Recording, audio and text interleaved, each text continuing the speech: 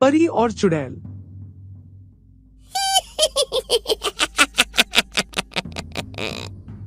सुंदरगढ़ राज्य के राजा चंद्रभान थे। राजा चंद्रभान एक बहुत अच्छे शासक थे। उनकी प्रजा उनसे बहुत खुश थी। प्रजा राजा चंद्रभान को बहुत पसंद करते थे। चंद्रभान की पत्नी पद्मावती बहुत ही गुणवान और अच्छी रानी थी। राजा और रानी की एकमात्र संतान राजकुमार सूर्यांश थे। राजकुमार सूर्यांश अपने पिता की तरह बहुत ही ज्यादा साहसी और अपने प्रजा के पसंदीदा राजकुमार थे। एक दिन कुछ राज्यवासी राजमहल में आकर राजा चंद्रभान के आगे अपनी समस्या के बारे में बोले। लोगों ने कहा, राजन, हम लोग बहुत ही ज्यादा मुसीबत में हैं। फिर राजा चंद्रभान ने पूछा, बताइए आप लोगों की क्या समस्या है। फिर लोग बोले, राजन, हमारे राज्य के सीमा पर जो जंगली इलाका है वहाँ पर एक डरावनी सी चुड़ैल रहती है।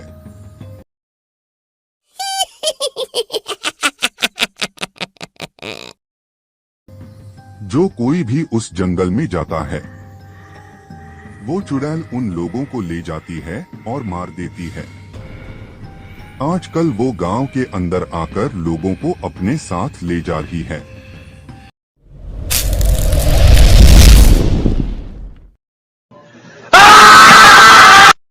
और मार दे रही है। हम लोग बहुत ज्यादा मुसीबत में हैं। आप हमारी मदद कीजिए। आप हम लोगों को उस चुड़ैल से मुक्ति दिलाइए। फिर राजा चंद्रभान ने कहा, हम आज ही अपने मंत्री को जंगल में भेजकर पता करते हैं, आखिर वो चुड़ैल क्यों लोगों को मार रही है। फिर राजा ने मंत्री को जंगल में भेजा, लेकिन बहुत दिन के इंतजार के बाद भी मंत्री वापस नहीं आए। इसीलिए राजा चंद्रभान ने सोचा वो जंगल में जाएंगे और उस चुड़ैल से राज्यवासियों को मुक्ति दिलाएंगे। फिर राजा चंद्रभान अपनी पत्नी और बेटे से विदा लेकर चुड़ैल के खोज में निकले।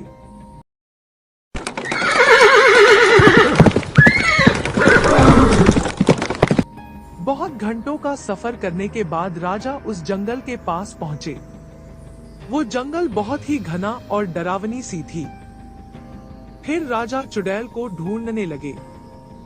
बहुत ढूंढने के बाद अचानक राजा चंद्रभान ने देखा एक बहुत ही डरावनी सी दिखने वाली चुड़ैल उनके और बड़ी रफ्तार से आ रही है।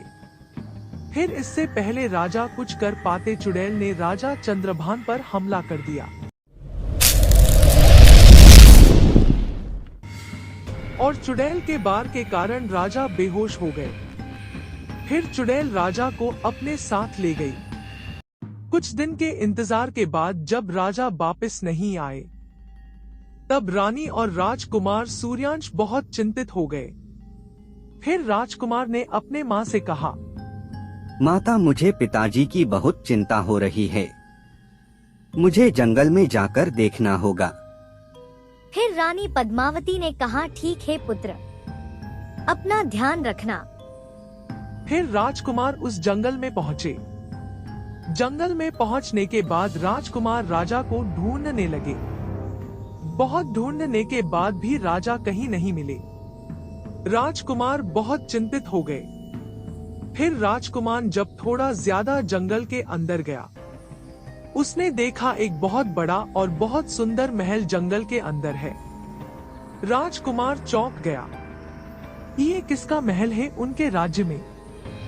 फिर राजकुमार ने सोचा अंदर जाकर देखने को। फिर राजकुमार महल के अंदर गया। राजकुमार ने देखा महल बहुत बड़ी और बहुत सुंदर है। फिर राजकुमार चारों ओर देखने लगा। फिर अचानक एक कमरे से किसी लड़की की रोने की आवाज सुनाई दी।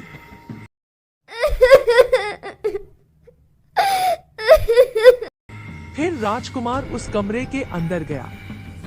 अंदर जाकर उसने देखा एक बेहद सुंदर लड़की एक पिंजरे के अंदर रो रही है। राजकुमार ने सोचा, ये कौन है जो पिंजरे में कैद है।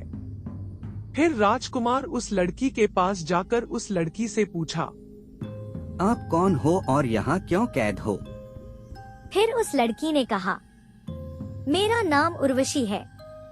मैं परियों की राजकुमारी हूँ।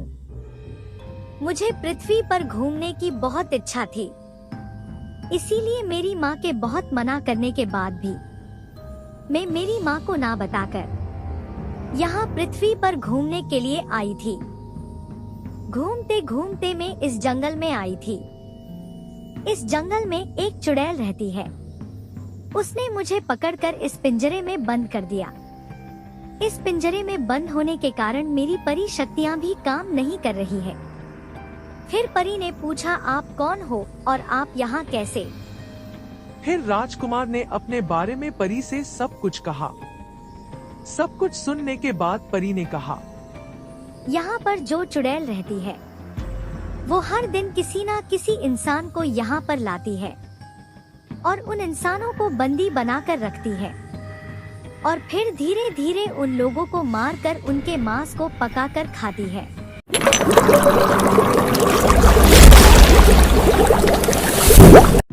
अभी चुड़ैल नहीं है, वो रात को वापस आएगी।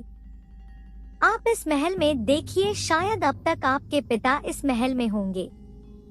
फिर राजकुमार ने महल में ढूंढा और उसने देखा एक कमरे में राजा सोए हुए हैं। राजकुमार जब राजा के पास जाकर देखे तो राजा बेहोश थे। फिर राजकुमार उर्वशी के पास वापस आकर उसको सब कुछ कहा। फिर उर्वशी ने कहा, यहाँ से जाने के लिए पहले उस चुड़ैल को मारना होगा। फिर राजकुमार ने पूछा, वो कैसे? फिर उर्वशी ने कहा, एक बार मैंने सुना था उस चुड़ैल को कहते हुए कि उसे कोई भी नहीं मार सकता है। इस महल में एक बक्से में एक जादुई तलवार है। उस तलवार से उस चुड़ैल पर वार करना होगा, तब जाकर वो चुड़ैल मरेगी। लेकिन वो चुड़ैल बहुत खतरनाक है, उसे कौन मारेगा? फिर राजकुमार ने कहा, मैं मारूंगा। फिर राजकुमार उस तलवार को ढूंढने लगा। बहुत ढूंढने के बाद राजकुमार को एक बक्सा दिखा। उस बक्से के अंदर वो जादुई तलवार मिली। फिर राजकुमार जाकर परी के कमरे में छुप गया। रात होने के बाद चुड़ैल आई और खाने के लिए मांस पकाने लगी।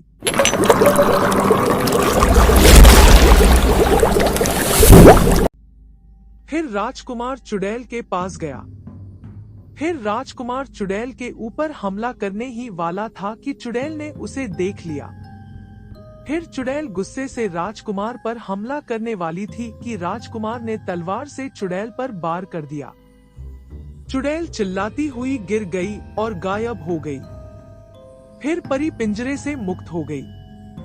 फिर परी और राजकुमार राजा के पास गए और परी ने जादू से राजा को ठीक कर दिया।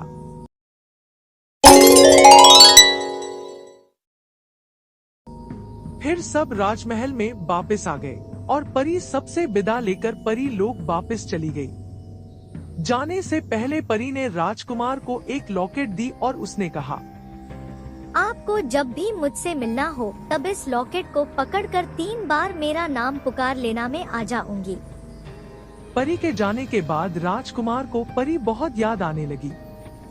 इसीलिए हर दिन राजकुमार परी को बुलाने लगा और उससे मिलने लगा। धीरे धीरे परी और राजकुमार एक दूसरे को बहुत पसंद करने लगे और एक दिन राजकुमार परी से शादी करने के लिए कहा। परी भी बहुत खुश हो गई और परी ने भी हाँ कहा। फिर परी ने कहा, मैं भी आपसे शादी करना चाहती हूँ, लेकिन हमें परी लोग जाकर मेरी माँ से पूछना होगा और उनसे अनुमति लेनी होगी। फिर राजकुमार ने कहा, ठीक है। फिर परी और राजकुमार परी लोग गए और उन लोगों ने परी माँ से सब कुछ कहा। फिर परी माँ ने कहा, उर्वशी एक परी है और तुम एक इंसान हो, तुम दोनों की शादी नहीं हो सकती है। फिर उर्वशी और राजकुमार के बार बार कहने के बाद परी माँ ने कहा, शादी करने के लिए तुम दोनों को एक परीक्षा देनी होगी। फिर राजकुमार और परी ने हाँ कर दी। फिर परी रानी ने उर्वशी के सामने 10 राजकुमारों को खड़ा किया। जो कि बिल्कुल सूर्यांश की तरह दिखने में थे। फिर रानी माँ ने कहा, उर्वशी, तुम्हें पहचानना होगा, इनमें से कौन असली राजकुमार सूर्यांश है। अगर तुमने पहचान लिया तो तुम दोनों शादी कर सकते हो, नहीं तो तुम्हें राजकुमार को भूल जाना होगा। फिर उर्वशी थोड़ी डर गई। 10 लोग बिल्कुल एक जैसे दिखने में थे।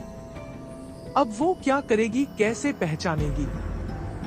वो ऐसा सोच रही थी कि उसको याद आया, राजकुमार एक इंसान है और बाकी सब परी। इंसान जमीन पर खड़े हो सकते हैं, लेकिन परियों के पैर जमीन से थोड़े ऊपर रहते हैं। फिर उर्वशी ने सबके पैरों को देखा। उसने देखा एक राजकुमार का पैर जमीन पर है और बाकी सबका जमीन से थोड़ा ऊपर है। उर्वशी थोड़ा खुश हो गई और उसने सही राजकुमार को पहचान लिया।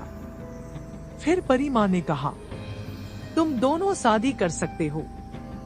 और फिर दोनों की शादी हो गई और दोनों सबसे विदा लेकर वापस राजमहल में आ गए।